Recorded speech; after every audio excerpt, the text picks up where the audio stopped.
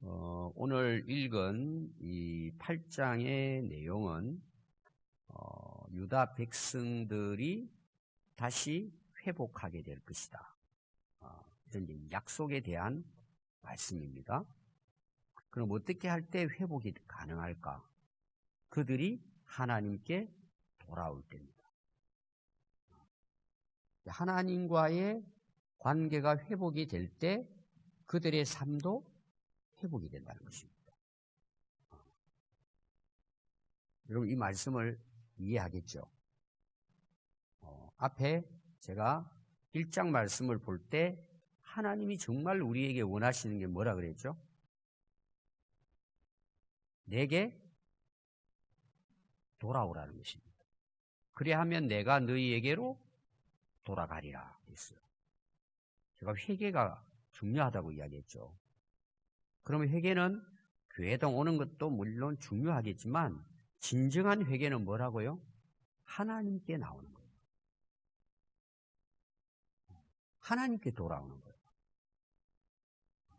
그러면 돌아왔을 때 약속을 하나님이 하십니다. 오늘 내용이에요. 그래서 8장 1절부터 17절의 내용은 두 부분으로 나눕니다. 그들이 하나님께 돌아오면 하나님도 너희들에게 돌아가게 되면 너희들의 삶이 회복이 된다는 거예요. 그럼 회복을 우리가 다른 말로 말하면 뭘 같아요? 하나님이 약속하신 말씀의 복이 우리 삶의 열매를 맺게 된다는 거예요. 또 하나 부분이 뭐냐? 하나님께 돌아왔으면 돌아온 삶이 있어야 되잖아요. 우리가 다시 말하면 회개를 했잖아요. 하나님께 돌아온 회개의 삶이 뭘까? 마지막 부분에 그 말씀을 하시는 것입니다. 너희들이 행할 일은 이런 일이라는 거예요. 그 일은 뭘 것 같아요? 하나님의 말씀을 순종하고 사는 거예요. 그걸 몇 가지로 구체적으로 말씀을 하고 있습니다. 근데 우리가 인생을 살아가는 데 있어서 원리는 두 가지예요. 첫 번째는 하나님과의 관계. 두 번째는 뭘 같아요? 사람과의 관계예요. 여러분들이 인생을 살아가면서 제일 힘든 일이 뭐예요? 관계가 깨지는 거예요. 그럼 그렇게 되면 어떻게 돼요? 아무리 많은 걸 가지고 아무리 세상 것이 많아도 관계가 깨져버리면 불행합니다. 근데 그 원인은 뭘까요? 하나님과의 관계. 하나님과의 관계가 우선이에요. 여러분들이 이제 신앙생활 하시면서 잘해야 되겠다 마음은 먹는데 대부분 실패하는 이유가 뭐냐 하면 사람과의 관계. 하나님의 관계보다도 사람의 관계를 우선 두는 거예요. 그건 다른 말로 말하면 내 중심대로 사는 거예요. 내 좋은 대로 사는 거예요. 그래서 사람의 관계 때문에 하나님의 관계를 깨트려버려요. 무시해버려요. 그럼 이걸 오늘 말씀을 통해서 여러분들이 깊이 깨달아야 돼요. 하나님의 관계가 우선이에요. 모든 삶의 우선이에요.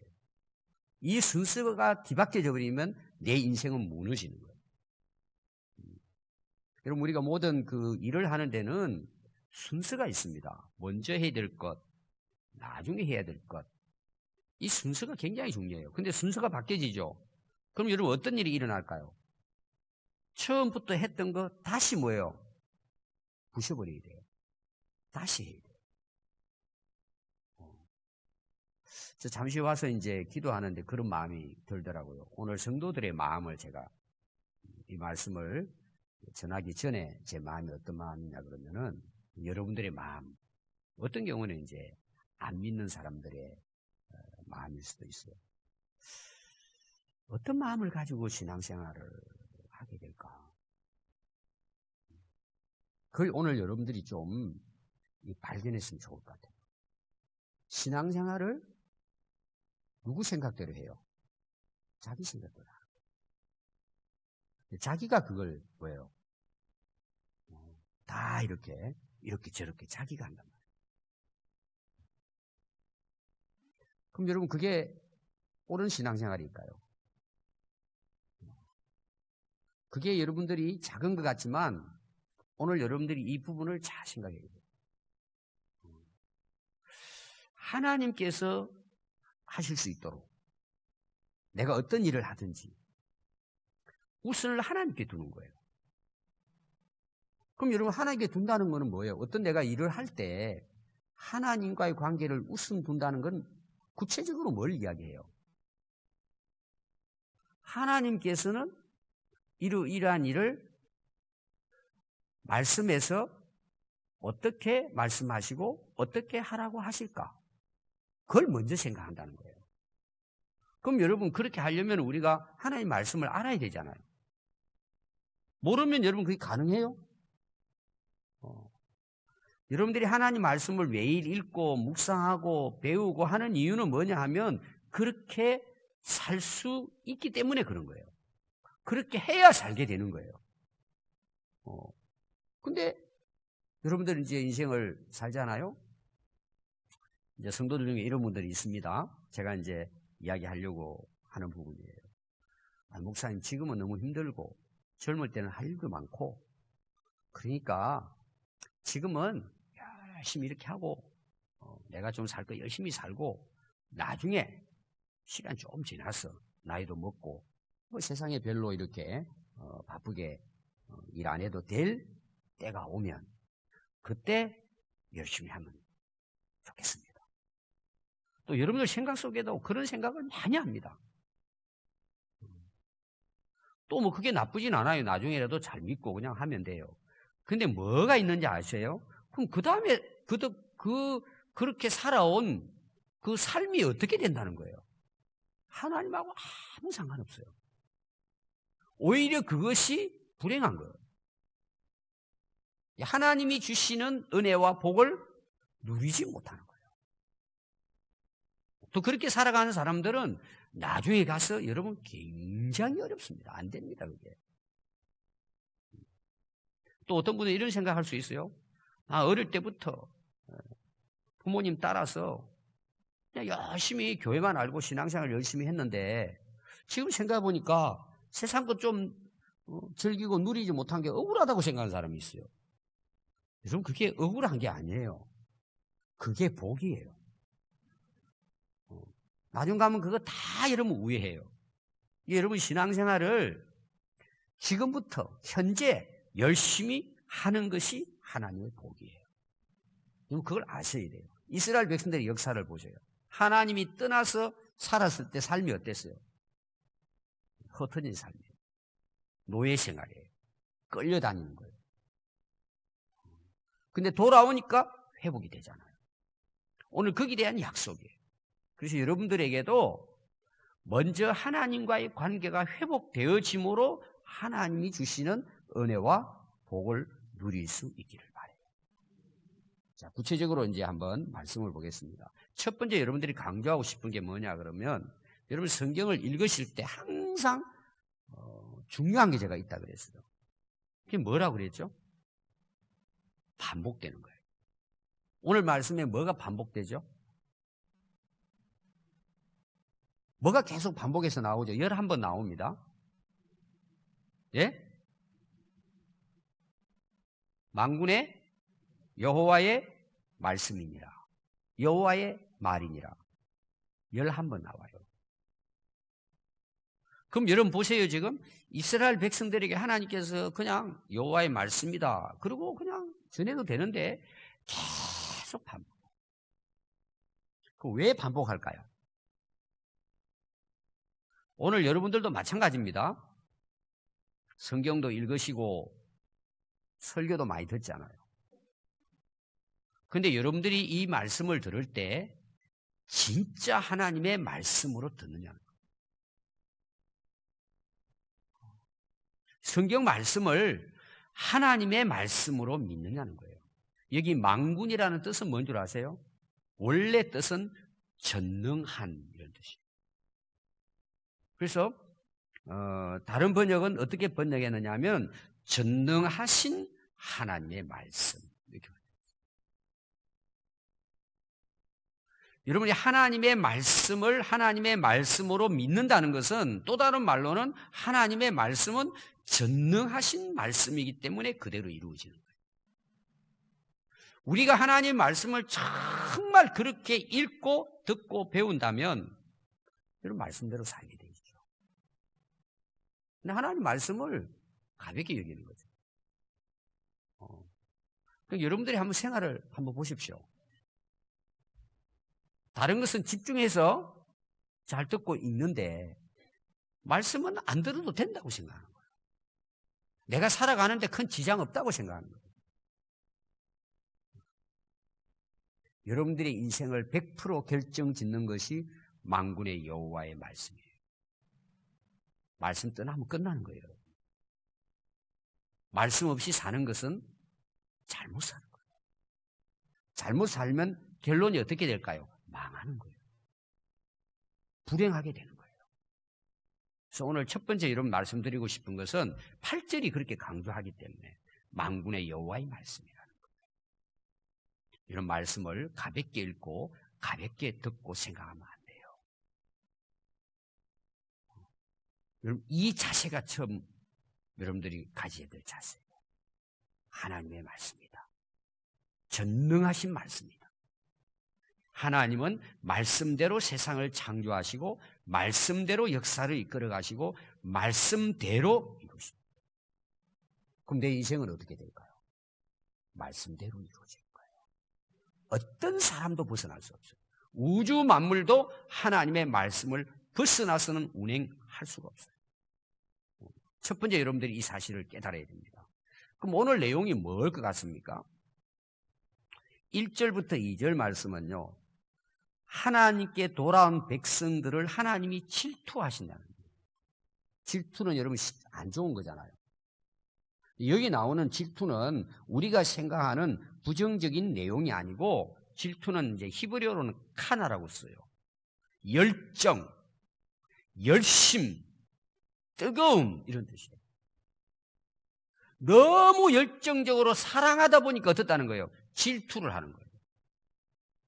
이런 굉장히 하나님이 돌아온 백성들을 사랑하신다는 것을 강조하는 내용이에요.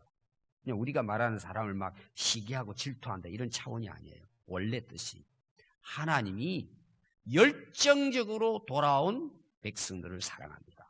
그럼 둘째 아들이 돌아왔을 때 둘째 아들을 아버지가 어떻게 해요? 열정적으로 뭐예요?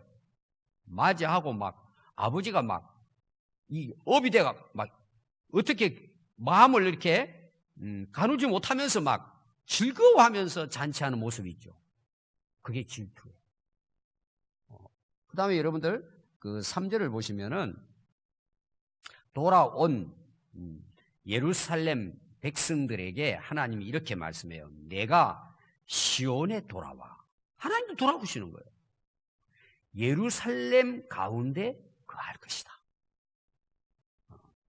그래서 하나님이 거기 계시니까 뭐예요? 이 예루살렘은 진리의 성읍이고 성산이 되는 거예요. 하나님이 너희들이 돌아오면 나도 이곳에 돌아와 함께 하겠다는 약속. 여러분 우리 인생의 승패는요. 하나님과 함께 하시느냐 하나님을 떠나 사느냐는 거예요. 여러분 가정도 마찬가지예요. 교회도 마찬가지예요. 한 나라의 운명도 마찬가지예요. 여러분 이스라엘의 운명이 뭐예요? 하나님이 떠나니까 뭐예요? 예루살렘 황폐하게 되어버립니다. 나라 쑥대밭이 되어버립니다. 백성들 남의 나라로 포로로 끌려가 버립니다.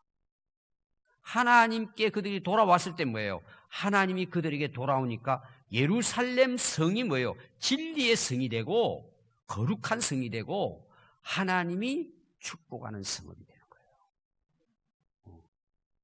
우리 인생에 하나님이 함께 하시느냐? 이게 여러분 키입니다. 키. 여러분 자녀들을 위해서 많이 기도하잖아요. 고민도 하고. 키가 뭐예요? 자녀들이 하나님께 돌아오는 거예요. 그리고 하나님이 함께 하시는 거예요. 여러분 가정의 키가 뭐예요? 가정의 행복의 키가 뭐예요, 여러분? 하나님이 함께 하신 거예요. 우리 개인의 인생도 마찬가지예요. 제가 앞에서도 이야기했습니다. 하나님이 나와 함께 하시는 거예요. 그러니까 여러분 여호수아서 제가 1장 1절부터 말씀 전했잖아요. 모세와 함께 했던 것처럼 여호수아 너에게도 내가 함께 하겠다고 그래요.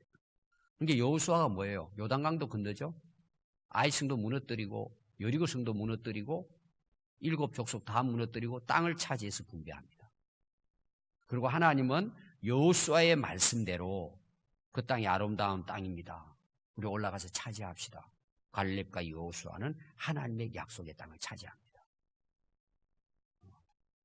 하나님이 함께 하시기 때문에. 여러분 인생도 마찬가지입니다. 여러분 옆에 있는 분들 한번 인사할까요? 하나님이 함께 하시는 인생 되시기 바랍니다. 여러분 그게 축복이에요.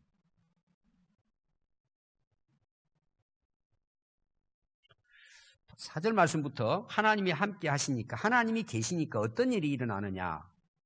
길거리에 늙은 남자, 늙은 여자들이 다시 앉고요. 지팡이를 짚고 다닌대요. 성읍의 거리에는요. 소년, 소녀들이 가득하게 뛰어놀고 있는 거예요. 이게 회복된 예루살렘의 모습이에요. 자, 늙은이들이 지팡이를 짚고 다닌다는 말은 무슨 말인 줄 아세요? 건강과 장수의 복. 소년, 소녀들이 거리에 가득하다는 말은 뭐예요? 번영을 이야기합니다.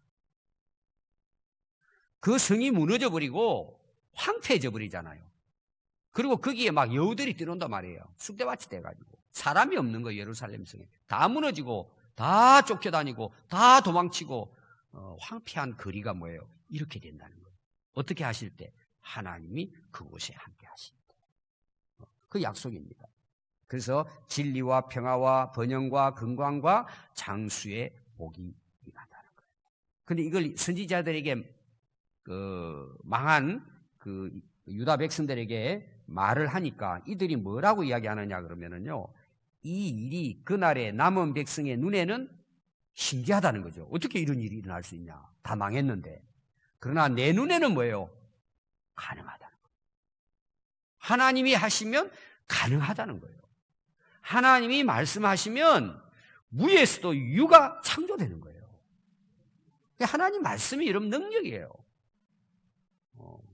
여러분 인생에 하나님의 말씀이 임한다는 게 뭐예요? 하나님이 함께 하신다는 거예요. 제가 우리 성경대학에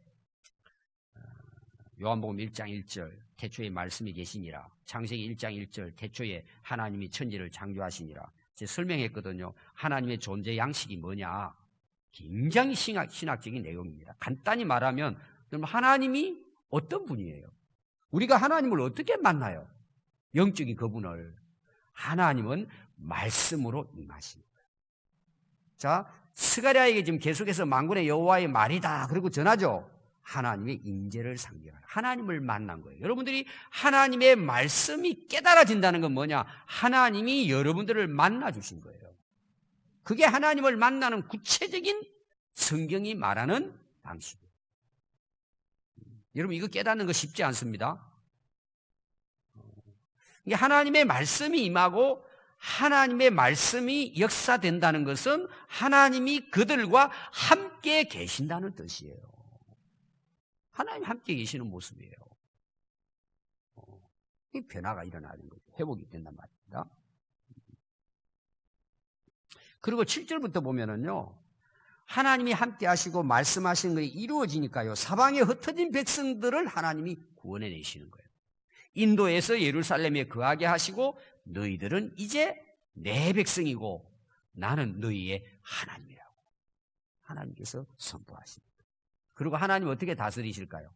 진리와 공의로 내 백성을 다스릴 것이다. 그게 뭐예요? 하나님 나라예요. 하나님이 함께 하시는 나라예요. 여러분 가정이 하나님이 함께 하시는 가정이라면 그 가정은 어떤 가정일까요? 말씀이 다스려지는 가정이에요. 그 말씀이 다스리는 가정이면 누가 그 말씀의 본이 돼야 돼요? 자녀가 돼야 돼요? 부모가 돼야 돼요? 부모가 돼야 되는 거예요. 그러면 부모에게 권위가 주어지는 거예요. 그 권위는 어떻게 활용될까요? 말씀으로 다스리고 가르침으로 자녀들을 이끌어가는 거예요. 여러분, 교회도 마찬가지입니다. 여러분, 정말 살아있는 교회는 하나님의 말씀에 다스림이 있는 거예요. 진리와 공의로 다스려지는 거예요. 그게 교회의 권위예요. 그게 지도자의 권위예요. 목을 세운다고 권위가 되는 게 아니에요. 그 다스림을 성도들이 순종하고 따르면 하나님 나라가 이루어지는 거예요. 여러분, 가정도 마찬가지예요. 여러분들의 자신에게도 하나님의 나라가 임한다는 말이 뭐예요? 하나님의 말씀이 임하고 하나님의 말씀이 나를 다스려갈 때 천국이 임하는 거예요. 똑같은 원리예요. 한번 여러분들 스스로 자신을 돌아보고 여러분들의 가정을 한번 이렇게 점검해 보세요. 아버지, 특별히 아버지들. 본도 되지 않으면서 소리는 커요. 어떤 분이 그러더라고요. 저도 옛날에 우리 아버지가 양계를 해봐서 알아요. 이제 암컷이 알을 낳잖아요. 근데 꼭 수컷이 몇 마리가 거기서 다니잖아요. 수컷 알죠? 장딱. 장딱이 하는 일이 딱 한 가지 있대요. 아침에 고함 지르는 걸로 자기 하루의 일을 마친대요. 꼬꼬댁 하면 끝난대. 우리 아버지들이 그 역할을 했다는 그 가정은 안 됩니다. 아버지가 뭐예요? 말씀의 권위를 갖고 있어요. 두 가지예요. 아버지가 말씀대로 살고 말씀의 다스림을 받는 거예요. 그리고 자녀들에게 공의와 진리로 다스리는 거예요. 그 가정이 뭐예요? 하나님의 나라예요. 거기에 자라는 자녀들이 앞으로 세상을 다스리는 인물이 나오는 거예요. 아멘. 오늘 특별히 아버지들 자신이 말씀으로 다스림 받아요. 그리고 자녀들은 뭐예요? 그 말씀의 권위로 진리와 공의로 다스립니다. 그 엄마는요? 엄마들은 당연한 거예요. 오늘부터 여러분들이 가정을 다시 세우게 돼요. 하나님의 말씀의 권위로 세워요. 오늘날 교회도 마찬가지입니다. 제가 이제 그 목회자들끼리 이런 이야기 하잖아요. 어제도 후배가 또 연락이 왔어요. 이야기 하길래 목회는 아주 단순하고 쉬운 거다. 말씀 열심히 준비해서 성도들에게 진리의 말씀을 제대로 먹이면 된다. 방법이 있냐? 헛된 방법 찾아다니지 마라. 그리고 기도해서 성령님이 역사하도록 하면 된다. 이런 방법이 있어요? 그럼 여러분들의 인생의 방법은 뭐예요? 있어요, 방법이? 말씀과 기도 외에 이런 방법이 있어요? 안 하는 거예요. 어떻게 될까요? 다 잘못된 길로 가는 거예요. 결론은 어떻게 될까요? 될 것 같아요. 불행해지는 거예요. 무너져 버리는 거예요. 나중에 자식들 잘 키워놨더니요, 부모도 몰라봐요. 책임이 누구에게 있어요? 아버지에게 있는 거예요. 어머니에게 있는 거예요. 오늘 교회가 왜 문제예요, 여러분? 단순해요. 말씀에 다스림이 없는 거예요. 공의와 진리가 떠나버리는 거예요. 세상하고 똑같죠, 뭐가 달라요, 여러분? 그래서 권위주의로 다스리려고 하는 거예요. 그러니까 다 깨지고 다 망하는 거예요. 특히 젊은이들이 교회를 떠나버리는 거예요. 여러분 꼭 기억하십시오. 하나님이 다스리심은 공의와 진리의 다스림. 거기에 하나님 나라가 이루어져요. 아멘. 여러분들이 하나님이 내 안에 거하심이 나를 다스려요. 어떻게 다스리고 할 것 같아요? 진리와 공의로 다스려요. 그럼 나는 어떻게 될 것 같아요? 가장 복된 인생이 되는 거예요. 여기 대해서 여러분 다스림에 대해서는 정말 제가 할 말이 많아요. 성도들이 순종하지 않는 거예요. 따르질 않는 거예요. 자기 생각, 세상에 흘러가는 이상한 말들 주워 들어가지고 그냥 헷갈려버려요. 여러분 그런 거 들으면 안 돼요. 만군의 여호와의 말씀을 들어야지. 여러분 그런 거 여러분 기웃거리지 마세요. 창세기부터 요한계시록까지 그냥 읽으세요. 어제 그 국민일보에 102살 먹은 여자 장로님 간증이 나왔어요. 올해 102살이 이제 되는 거예요. 성경을 101독 하셨다고 나왔어요. 여러분 우리가 지금까지 신앙생활 하면서 얼마나 여러분 말씀의 권위를 인정하고 삽니까? 여러분 이거 안 되면은요 1년 또 헛당칩니다. 80, 100살을 살아도 인생 헛당칩니다. 여러분 그 인생이 어떻게 될 것 같아요? 미안하지만 그 인생은 미래가 보장이 없어요. 왜 우리가 인생을 그렇게 세상 사람처럼 살아갑니까?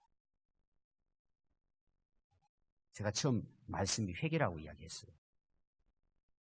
하나님이 원하시는 거예요. 회개 돌아와서 삶이 뭐예요? 하나님의 말씀의 다스림을 받는 거예요. 누가 그렇게 살아야 돼요? 내가 그렇게 살아야 되는 거예요. 꼭 기억하십시오. 하나님 나라입니다. 그리고 9절부터는요 격려합니다.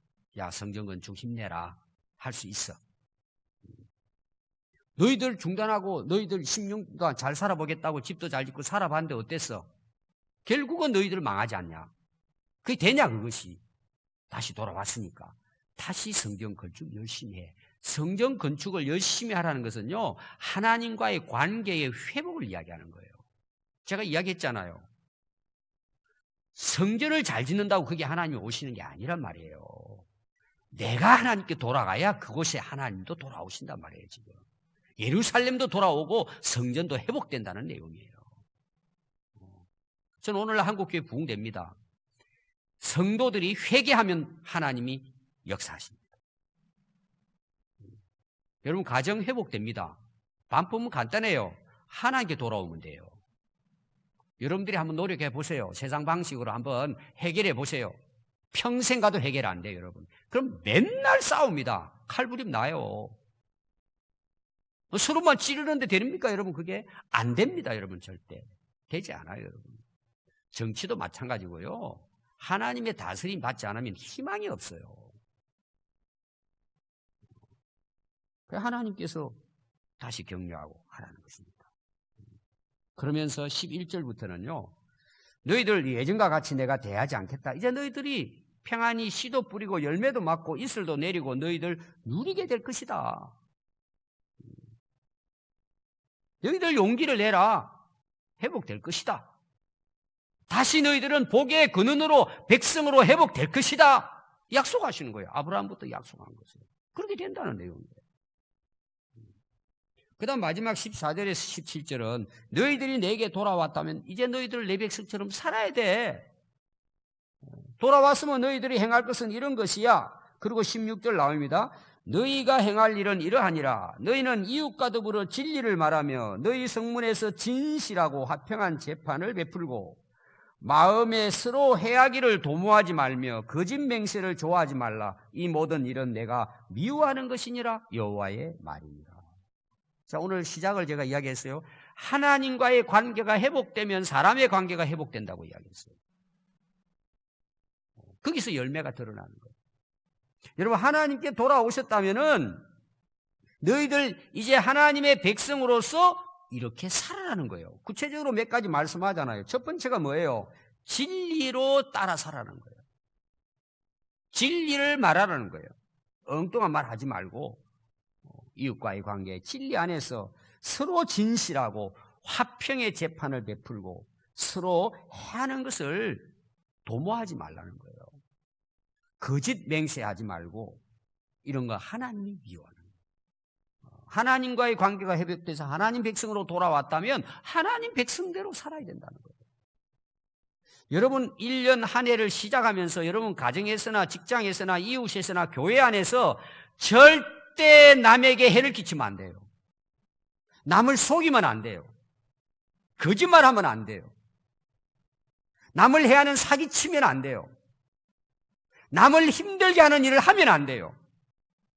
남을 어렵게 하려고 작정하고 도모하고 여러분 그거 벗어나야 돼요. 여러분, 말 한마디라도 다른 사람에게 해가 되면 안 돼요. 하나님 백성으로서 위로하고 격려하고 힘을 주고 붙들어주고 그들을 이렇게 세워주도록 해야지. 여러분, 오늘날 교회 안에 엉망입니다. 한국 교회가. 여러분, 왜 그럴 것 같아요? 하나님의 다스림을 안 받는 거예요. 하나님의 말씀의 다스림을 안 받는 거예요. 자기 생각대로, 자기 고집대로. 오늘 우리 한국 교회가요, 고사고발이 남발하고 있습니다, 지금. 사랑의 교회는 얼마 전에 하회했어요. 그리고 왜 이렇게 돼요? 하나님의 다스림을 안 받는 거예요. 그리고 오늘날 신앙생활 여러분 마음대로 하면 안 돼요. 여러분 기분대로, 생각대로, 감정대로 하고 싶으면 하고 하기 싫으면 그만두고. 왜 그렇게 해요, 여러분? 다 자기가 중심이에요. 여러분, 올 한 해 이거 깨뜨리지 않으면요 1년 또 허탕칩니다. 오늘 여러분 마음에 결정해야 돼요. 하나님께 돌아와야 해요. 하나님께 돌아왔으면 하나님의 명령 따라 살아야 돼요. 진리와 공의를 따라 살아야 돼요. 이웃과의 관계에서 여러분, 우리가 도움은 되지 못할 망정 다른 사람에게 해를 끼치는 인생 살면 안 돼요. 기본적으로 예수 믿는 사람은 거짓말하고 속이고 사기치면 안 돼요. 진실해야 돼요. 아멘. 새해를 시작하면서 여러분, 하나님, 만군의 여호와의 하나님 말씀 내가 마음에 품고 그 말씀에 다스림을 받겠습니다. 그렇게 하고 1년을 여러분들 작정하고 금식하고 기도하며 살아봐요. 회복됩니다. 복의 근원이 되는 거예요. 여러분, 그런 은혜가 있기를 바라요. 아멘. 기도하겠습니다.